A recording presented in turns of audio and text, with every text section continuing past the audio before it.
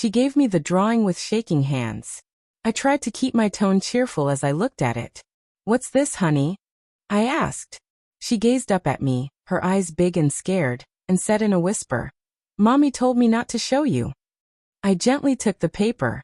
The drawing was crude, just stick figures, but the message was clear. A woman, a man, and a little girl. The man's face was angrily crossed out. Beneath them were scribbled words, "Bad man. No talking when he's home." Then she reached into her backpack and pulled out a phone hidden inside a pink unicorn case. "Mommy said to record you if you ever yell," she said, almost ashamed. "But you never did. So she made me lie."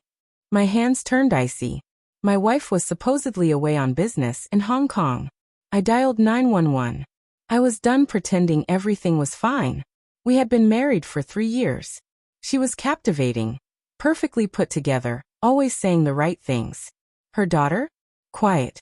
I thought she just needed time. But she flinched every time I entered a room. Sometimes she'd burst into tears with no warning. My wife would just laugh. "She's dramatic," she'd say. "Probably misses her real dad." But strange things kept piling up. Her toothbrush always bone dry. Toys still in their packages. She clung to the nanny, not her mother. One time, I asked gently, "Do you think someone scared her in the past?" My wife's smile shifted, cold and sharp. "You're not her father," she snapped. "Don't act like her therapist." I backed off. That was my mistake. She was clever, skilled at making manipulation feel like affection. She'd offer intimacy when I felt anxious, go silent when I needed answers, flash just enough smiles to keep me loyal, and whisper just enough lies to keep me blind. But eventually her mask cracked. It started with the nanny quitting out of the blue. No warning. Just tears and a final message. "I'm sorry. I can't be part of this."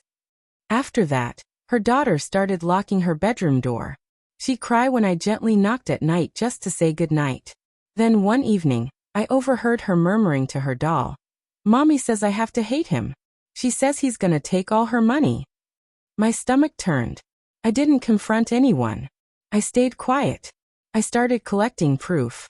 I installed hidden cameras, carefully placed in her office, the playroom, even her car. What I uncovered made my blood run cold. Recordings of her rehearsing lines with her daughter. "Cry when he comes in. Say he yells. Say he scares you." Messages to a friend. "Once I get full custody, the house is mine."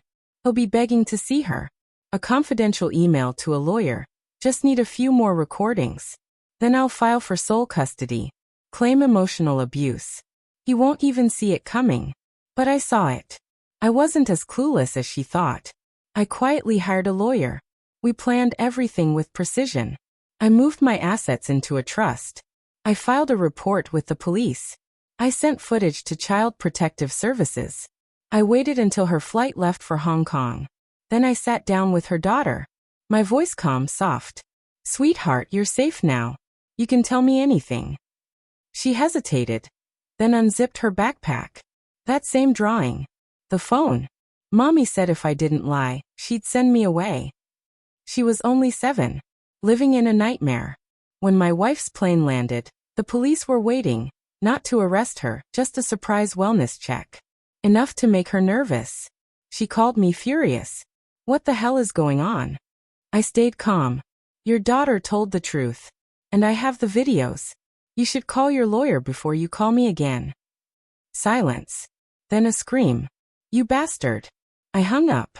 The court date came quickly. She played the innocent, tried to sway the judge. He's cold. Controlling. He never bonded with my daughter. But then my attorney played the tapes, coaching, manipulation, threats. Her lies unspooled in front of everyone. The judge was appalled. She lost custody.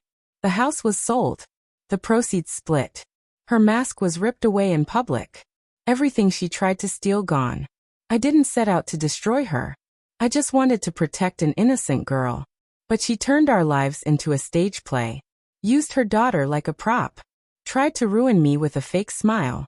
So yes, I smiled back, then burned her entire act to ashes. My stepdaughter sleeps peacefully now.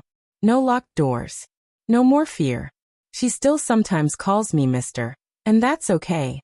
Real love doesn't need a label. It just needs patience and honesty. When people ask why I ended the marriage so fast, I simply say, she lied one time too many. But the truth? She weaponized a child. And I made sure she'd never do it again.